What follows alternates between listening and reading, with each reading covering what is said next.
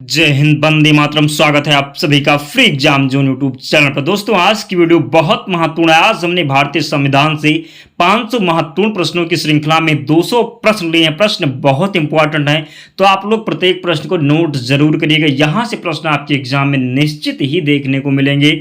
तो चलिए पहला प्रश्न देखते हैं। योजना आयोग का अध्यक्ष कौन होता है? तो प्रधानमंत्री जी योजना आयोग के अध्यक्ष होते हैं। बात करें तो योजना आयोग को वर्तमान में नीति आयोग 2015 में कर दिया गया, तो आपको ध्यान रखना है। अगला प्रश्न, आमतौर पर प्रधानमंत्री कौन होते हैं? तो आमतौर पर प्रधानमंत्री लोकसभा के सदस्य होते हैं, आपको ध्यान रखना है। अगला प्रश्न, प्रधानमंत्री की नियुक्ति कौन करता है? तो राष्ट्रपति जी के द्वारा प्रधानमंत्री की नियुक्ति की जाती है। भारत के प्रधानमंत्री पद के लिए उम्मीदवार की आयु कितनी होनी चाहिए? तो भारत के प्रधानमंत्री पद के लिए उम्मीदवार की आयु 25 वर्ष होनी चाहिए। अगर आपसे पूछा जाए कि भारत के राष्ट्रपति पद के लिए उम्मीदवार की आयु कितनी होनी चाहिए, तो आपको ध्यान रखना है 35 वर्ष होनी चाहिए। भारत के राष्ट्रपति के लिए उम्मीदवार की आयु, राष्ट्रपति, उपराष्ट्रपति, राज्यपाल, इनकी 35 वर्ष होनी चाहिए, आपको ध्यान रखना है। अगला प्रश्न है, किस प्रधानमंत्री ने एक बार पद से हटने के पश्चात दोबारा पद संभाला था? तो इंदिरा गांधी इसका सही उत्तर है, आपको ध्यान रखना है। प्रधानमंत्री का शपथ ग्रहण करने के समय राज्यसभा की सदस्य कौन नहीं थी? तो श्रीमती इंदिरा गांधी इसका सही उत्तर है, आपको ध्यान रखना है। प्रथम पूर्णतः गैर कांग्रेसी प्रधानमंत्री कौन बने? तो अटल बिहारी वाजपेयी प्रथम पूर्णतः गैर कांग्रेसी प्रधानमंत्री बने। भारत के प्रथम सिख प्रधानमंत्री कौन थे? तो डॉक्टर मनमोहन सिंह भारत के प्रथम सिख प्रधानमंत्री थे। अभी तक पद पर रहते हुए कितने प्रधानमंत्री की मृत्यु हुई है? तो अभी तक पद पर रहते हुए 3 प्रधानमंत्री की मृत्यु हुई है, आपको ध्यान रखना है।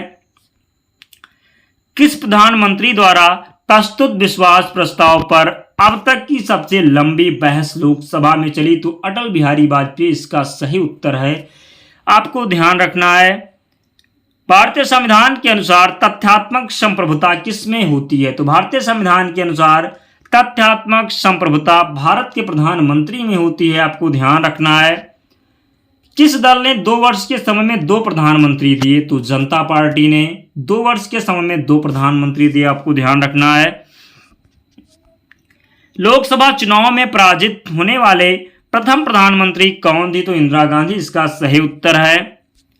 ऐसे प्रथम प्रधानमंत्री जिनके विरुद्ध लोकसभा में अविश्वास प्रस्ताव लाया गया, तो अविश्वास प्रस्ताव प्रथम प्रधानमंत्री थे अटल बिहारी जवाहरलाल नेहरू, आपको ध्यान रखना। जवाहरलाल नेहरू के विरुद्ध लोकसभा में अविश्वास प्रस्ताव प्रथम बार लाया गया था, आपको ध्यान रखना है। प्रधानमंत्री पद से त्याग करने वाले प्रथम व्यक्ति कौन है? तो प्रधानमंत्री पद से त्याग करने वाले प्रथम व्यक्ति हैं मोरारजी देसाई, आपको ध्यान रखना है। सबसे अधिक उम्र में प्रधानमंत्री पद पर आसीन होने वाले व्यक्ति कौन है? मोरारजी देसाई। नेक्स्ट क्वेश्चन है, सबसे कम उम्र में प्रधानमंत्री पद पर आसीन होने वाले व्यक्ति कौन है? राजीव गांधी सही उत्तर है, आपको ध्यान रखना है। प्रधानमंत्री पद पर सर्वाधिक समय तक कौन आसीन रहा? तो जवाहरलाल नेहरू प्रधानमंत्री पद पर सर्वाधिक समय तक आसीन रहा। जवाहरलाल नेहरू के निधन के पश्चात किसने प्रधानमंत्री पद ग्रहण किया? तो गुलजारी लाल नंदा ने जवाहरलाल नेहरू के निधन के पश्चात प्रधानमंत्री पद ग्रहण किया, आपको ध्यान रखना है।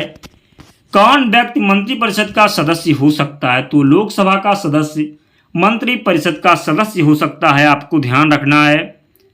संघीय मंत्रिपरिषद के मंत्री किसके प्रति उत्तरदायी होते हैं? तो संघीय मंत्रिपरिषद के मंत्री केवल लोकसभा के प्रति उत्तरदायी होते हैं।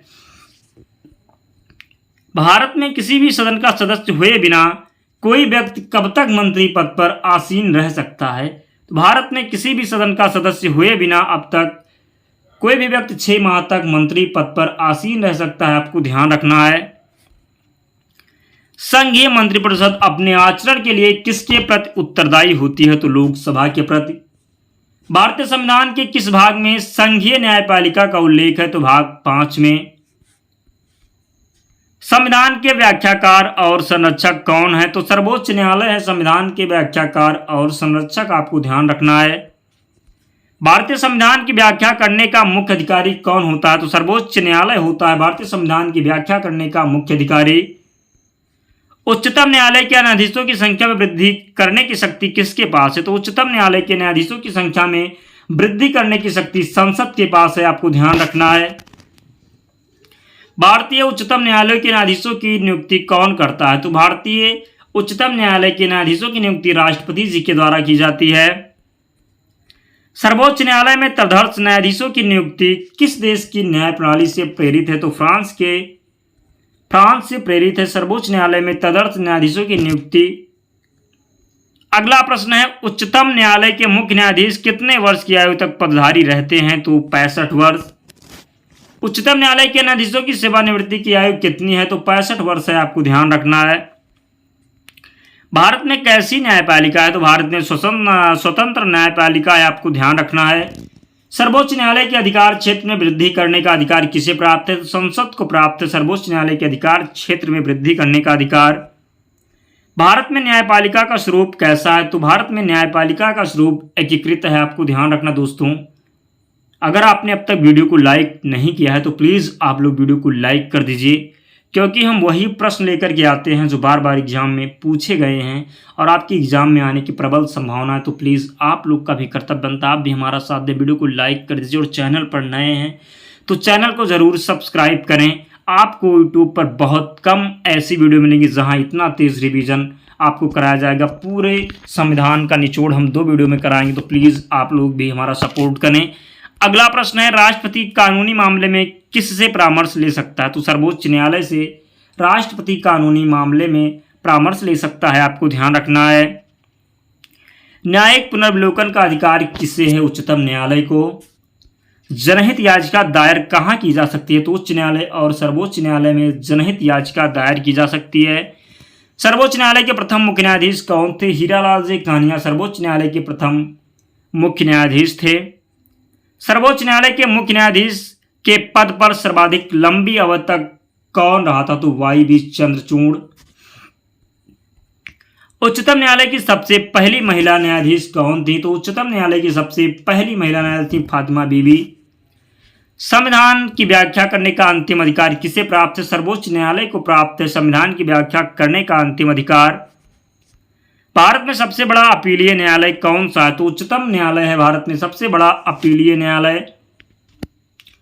राज्य की कार्यपालिका शक्ति किसमें निहित होती है? तो राज्यपाल में निहित होती है। राज्यपाल की राज्य की कार्यपालिका शक्ति राज्यपाल में निहित होती है, आपको ध्यान रखना है। राज्य सरकार का कार्यकारी अध्यक्ष कौन है? आपको बताना है राज्य सरकार का कार्यकारी अध्यक्ष कौन है? तो राज्यपाल है। भारतीय राज्यों में राज्यपाल की नियुक्ति कौन करता है? तो भारतीय राज्यों में राज्यपाल की नियुक्ति राष्ट्रपति जी के द्वारा की जाती है। राज्यपाल अपना त्यागपत्र किसे देता है? तो राज्यपाल अपना त्यागपत्र राष्ट्रपति जी को देते हैं। राष्ट्रपति किसकी सलाह पर किसी राज्य के राज्यपाल की नियुक्ति करते हैं? तो प्रधानमंत्री की सलाह पर। भारतीय संविधान के अनुसार राज्य का अधिशासी प्रधान कौन होता है? तो राज्यपाल होता है, आपको ध्यान रखना है। राज्य सरकार का संवैधानिक प्रमुख कौन होता है? तो राज्यपाल होता है राज्य सरकार का संवैधानिक प्रमुख। सामान्य रूप से राज्यपाल का कार्यकाल कितना होता है? तो 5 वर्ष होता है सामान्य रूप से राज्यपाल का कार्यकाल, आपको ध्यान रखना है। राज्यपाल राज्य में किसका प्रतिनिधि होता है? तो राष्ट्रपति का प्रतिनिधि होता है राज्यपाल राज्य में, आपको ध्यान रखना है। उपराज्यपाल की नियुक्ति कौन करता है? राष्ट्रपति जी के द्वारा उपराज्यपाल की नियुक्ति की जाती है। कौन भारत में राष्ट्रपति की इच्छा तक पद पर बना रहता है? तो राज्यपाल राष्ट्रपति की इच्छा तक पद पर बना रहता है।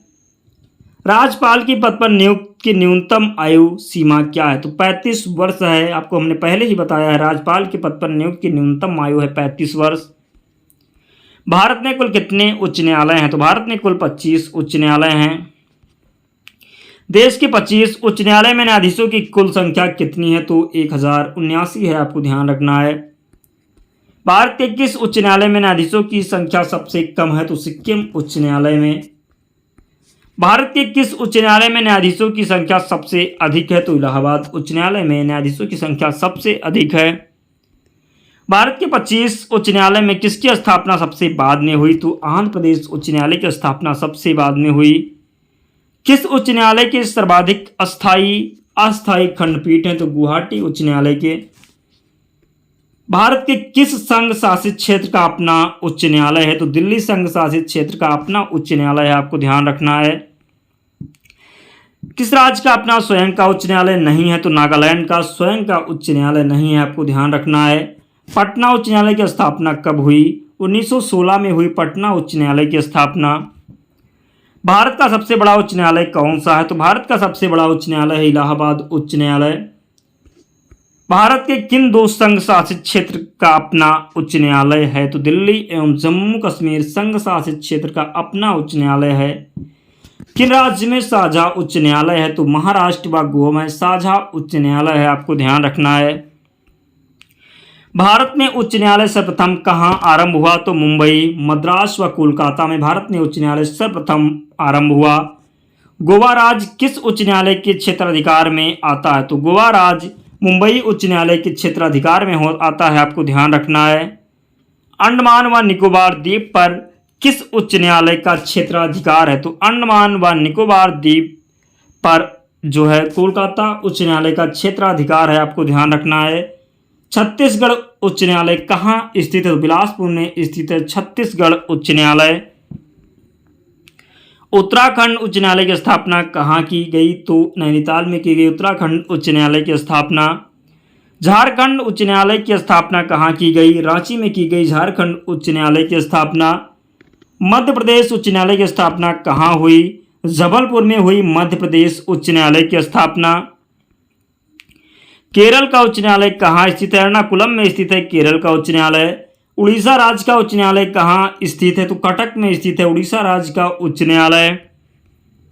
उच्च न्यायालय के क्षेत्राधिकार को घटाने या बढ़ाने का अधिकार किसे है? तो उच्च न्यायालय के क्षेत्राधिकार को घटाने या बढ़ाने का अधिकार है संसद को। उच्च न्यायालय के न्यायाधीश पद पर नियुक्त होने वाले प्रथम महिला कौन है? अन्ना चांडी हैं, आपको ध्यान रखना है। भारत में उच्च न्यायालय के मुख्य न्यायाधीश बनने वाली पहली महिला कौन है? तो लीला सेठ हैं, आपको ध्यान रखना है। सबसे पहले किस उच्च न्यायालय ने घोषणा की थी कि बंद असंवैधानिक है? तो केरल उच्च न्यायालय ने घोषणा की थी, आपको ध्यान रखना है। दिल्ली उच्च न्यायालय की पहली महिला न्यायाधीश कौन है? तो लीला सेठ हैं दिल्ली उच्च न्यायालय की पहली न्यायाधीश। आंध्र प्रदेश उच्च न्यायालय कब से अस्तित्व में आया? तो 1 जनवरी 2019 से आंध्र प्रदेश उच्च न्यायालय अस्तित्व में आया, आपको ध्यान रखना है। आंध्र प्रदेश उच्च न्यायालय कहाँ स्थित है? अमरावती में स्थित है आंध्र प्रदेश उच्च न्यायालय। भारत के कितने संघ शासित क्षेत्र अपना उच्च न्यायालय है? तो भारत के कितने संघ शासित क्षेत्र का अपना उच्च न्यायालय है? तो 2। भारत का 25वां उच्च न्यायालय कौन सा? तो पहले ही आपको हमने बताया है, आंध्र प्रदेश उच्च न्यायालय भारत का 25वां उच्च न्यायालय है।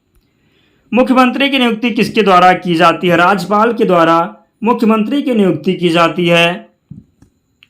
राज्य के शासन का वास्तविक अध्यक्ष कौन होता है? तो मुख्यमंत्री जी होते हैं राज्य के शासन का वास्तविक अध्यक्ष। राज्य मंत्री परिषद का निर्माता, संहारक तथा प्रणदाता कौन होता है? तो मुख्यमंत्री होता है।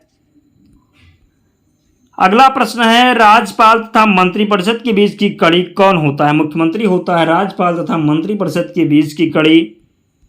भारत के किस राज्य में सर्वप्रथम कोई महिला मुख्यमंत्री नियुक्त हुई? तो उत्तर प्रदेश में सुचेता कृपलानी नाम था, आपको यह भी ध्यान रखना है। स्वतंत्रता सेनानी सुचेता कृपलानी किस राज्य की पहली महिला मुख्यमंत्री बनी? गुजरात राज्य की। किसी भारतीय राज्य की प्रथम महिला मुख्यमंत्री कौन बनी? सुचेता कृपलानी। मध्य प्रदेश के प्रथम मुख्यमंत्री कौन थे? रविशंकर शुक्ला थे मध्य प्रदेश के प्रथम मुख्यमंत्री। बिहार के प्रथम मुख्यमंत्री कौन थे? डॉक्टर श्री कृष्ण थे बिहार के प्रथम मुख्यमंत्री। उड़ीसा की प्रथम महिला मुख्यमंत्री कौन बनी? नंदिनी शतपथी बनी उड़ीसा की प्रथम महिला मुख्यमंत्री। भारत के किसी राज्य में मुख्यमंत्री पद पर नियुक्त होने वाली प्रथम दलित महिला कौन है? तो सुश्री मायावती। भारत के किस राज्य में महिला मुख्यमंत्री कभी नहीं बनी? तो महाराष्ट्र में। राज्य विधानमंडल का ऊपरी सदन कौन सा है? विधान परिषद है राज्य विधानमंडल का ऊपरी सदन। भारत के कितने राज्यों में द्विसदनात्मक विधानमंडल है? तो भारत के 6 राज्यों में द्विसदनात्मक विधानमंडल है, आपको ध्यान रखना है। किस राज्य में विधान परिषद का गठन नहीं किया गया है? किस राज्य में विधान परिषद का गठन नहीं किया गया है? तो उड़ीसा राज्य में विधान परिषद का गठन नहीं किया गया है, आपको ध्यान रखना है। किस राज्य में विधान परिषद का गठन किया गया है? तो कर्नाटक में विधान परिषद का गठन किया गया है। दोस्तों 100 प्रश्न कंप्लीट हो गए। अगर आपने अब तक वीडियो को लाइक नहीं किया है तो प्लीज़ यार आप लोगों से रिक्वेस्ट है, आप लोग अब तो वीडियो को लाइक कर दीजिए, क्योंकि प्रश्न हम वही लेकर के आते हैं जो सीधे आपके एग्जाम में पूछे जाते हैं। तो प्लीज़ आप लोग भी हमारा सपोर्ट करें। अगला प्रश्न है, किस राज्य में द्विसदनात्मक विधानमंडल है? तो महाराष्ट्र में द्विसदनात्मक विधानमंडल है, आपको ध्यान रखना है।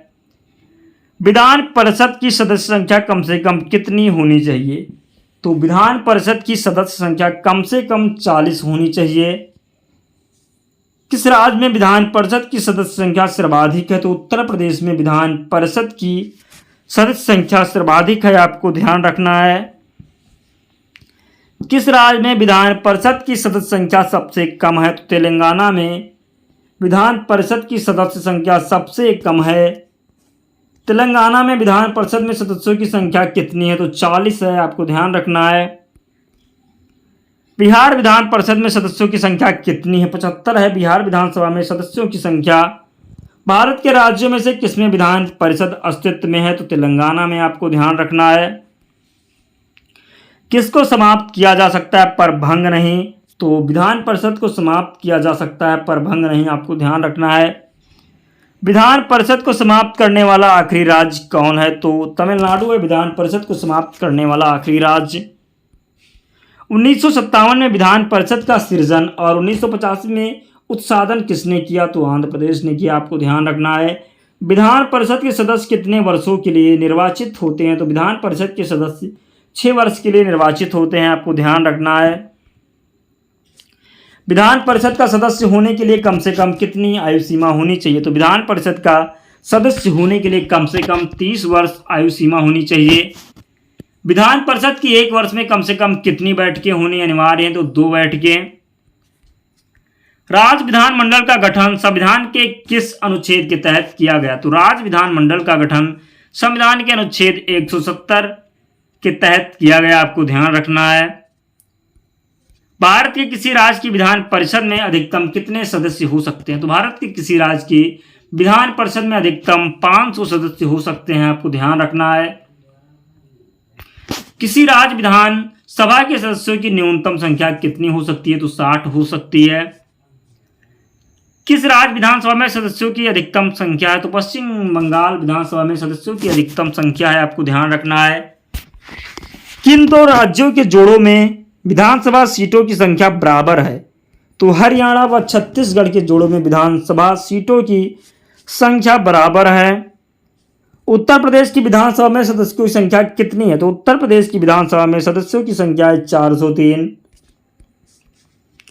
असम विधानसभा में कितने सदस्य हैं? तो 126 सदस्य हैं असम विधानसभा में। बिहार विधानसभा में सीटों की कुल संख्या कितनी है? तो बिहार विधानसभा चुनाव में सीटों की संख्या 243 है। विधानसभा का कार्यकाल कितने वर्ष का होता है? तो 5 वर्ष का होता है विधानसभा का कार्यकाल। केंद्र शासित प्रदेश जम्मू कश्मीर की विधानसभा का कार्यकाल कितना है? तो 5 वर्ष है केंद्र शासित प्रदेश जम्मू कश्मीर की विधानसभा का कार्यकाल, आपको ध्यान रखना है। सर्वप्रथम किस राज्य की विधानसभा का विघटन उसकी प्रथम बैठक होने से पहले कर दिया गया? तो केरल का, आपको ध्यान रखना है। विधानसभा का सदस्य बनने के लिए न्यूनतम आयु कितनी होनी आवश्यक है? तो विधानसभा का सदस्य बनने के लिए न्यूनतम आयु 25 वर्ष होनी आवश्यक है। विधानसभा सदस्यों का निर्वाचन किसके देखरेख में होता है? तो विधानसभा सदस्यों का निर्वाचन आयोग के देखरेख में होता है।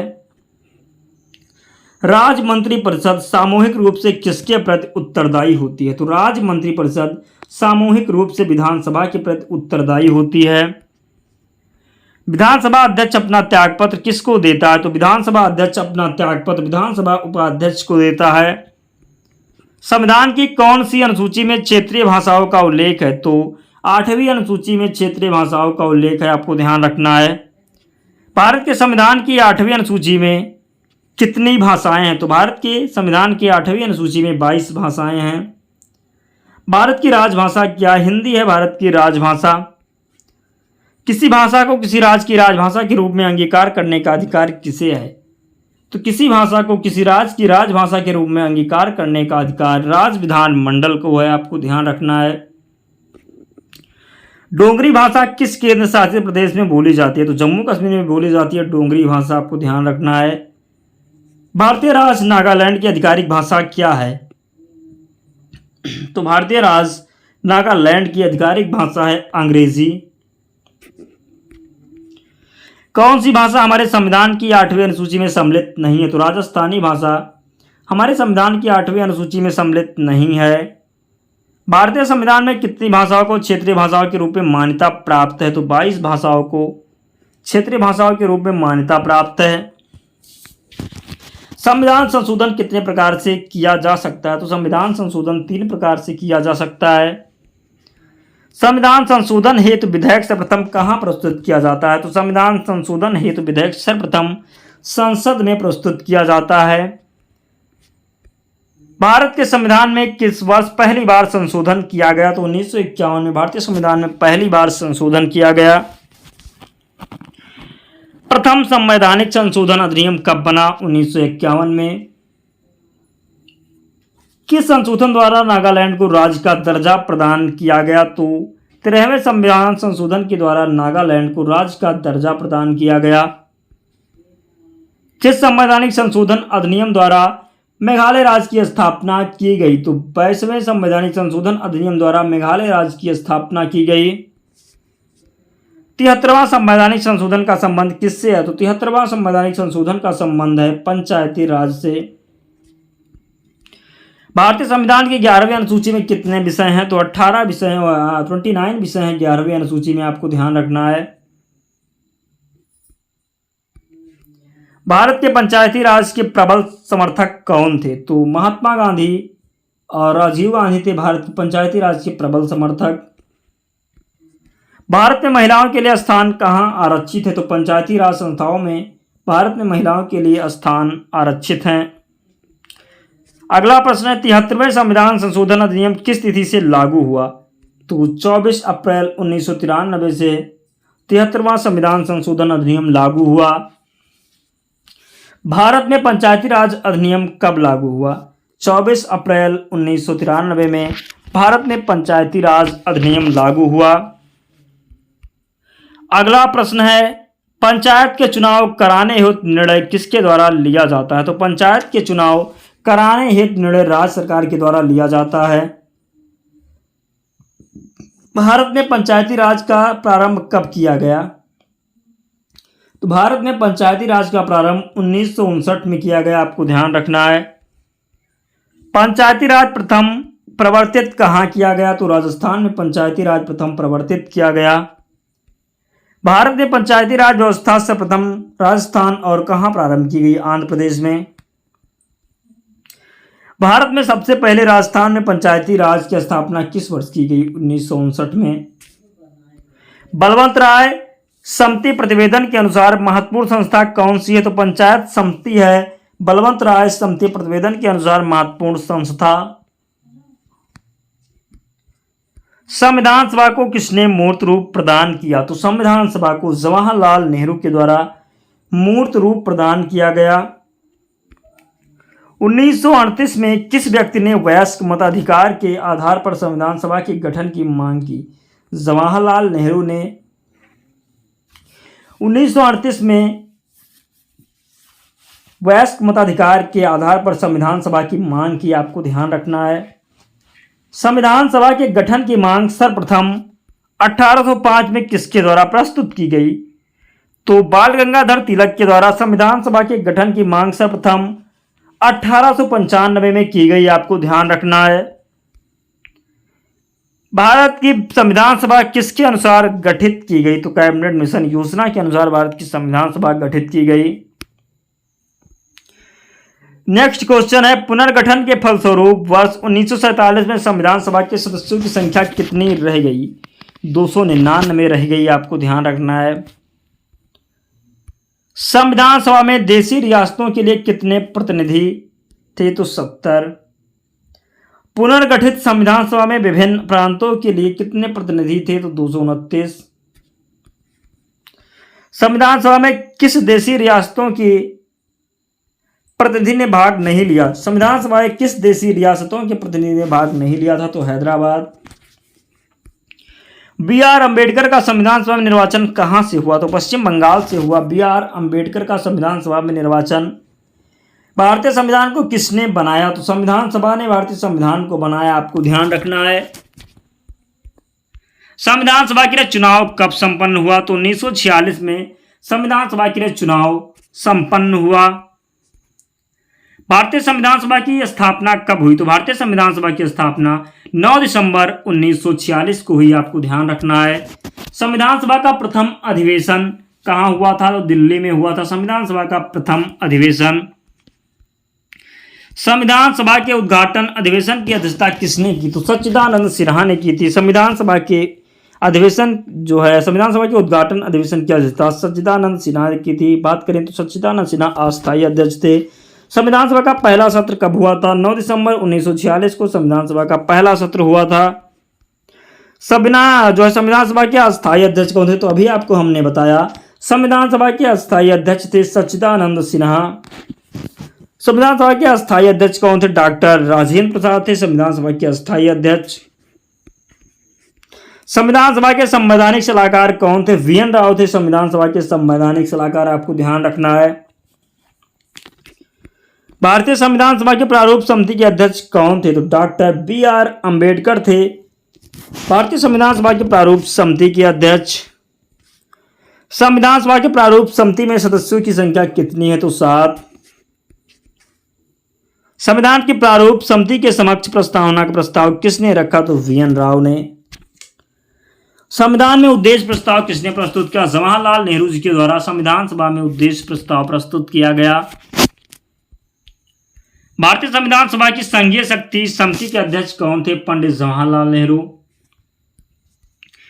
राष्ट्रीय झंडे की अभिकल्पना को भारत के संविधान सभा में कब ग्रहण किया गया? तो जुलाई 1947 को।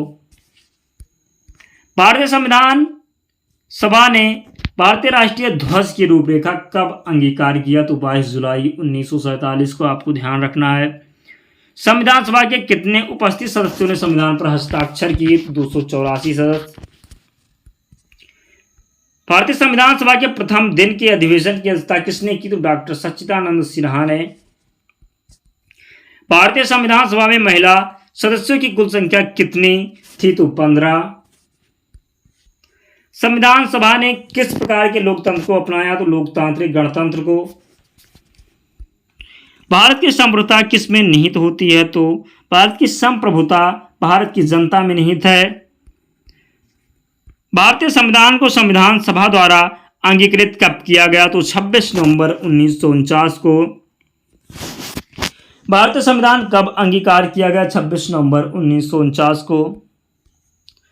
विश्व का सबसे बड़ा लिखित एवं सर्वाधिक व्यापक संविधान किस देश का है? तो भारत का है विश्व का सबसे बड़ा लिखित एवं व्यापक संविधान, आपको ध्यान रखना है। भारतीय संविधान का अभिभावक कौन है? तो सर्वोच्च न्यायालय भारतीय संविधान का अभिभावक, पहले ही आपको हमने बताया है।